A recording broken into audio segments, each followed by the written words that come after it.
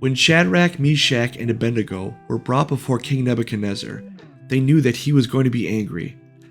They had refused to obey him and did not bow down to the golden statue that he had commanded that everyone had to worship. The penalty? Being thrown into a furnace. But he was willing to give them one more chance. All they had to do was bow down to that statue, and they'd be allowed to live. But those three men refused. How could they worship that false god when they knew the one true God? Were they going to listen to this king or to the King of Kings?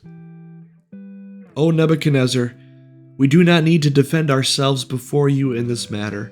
If we are thrown into the blazing furnace, the God we serve is able to save us from it, and he will rescue us from your hand, O king.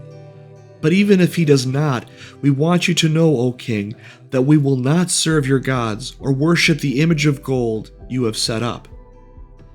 Shadrach, Meshach, and Abednego knew that the king they stood in front of was nothing compared to the King of heaven and earth, and by faith, they trusted in God's power and mercy. In this world, we face a lot of threats. Even if we aren't threatened with death, we still feel pressured to bow down to earthly things, money, power, popularity, what others might think about us. But just like those three men facing the threat of a fiery furnace, we can stand strong.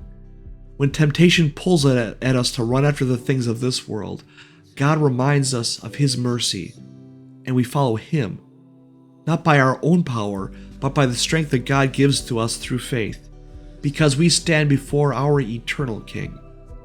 Amen.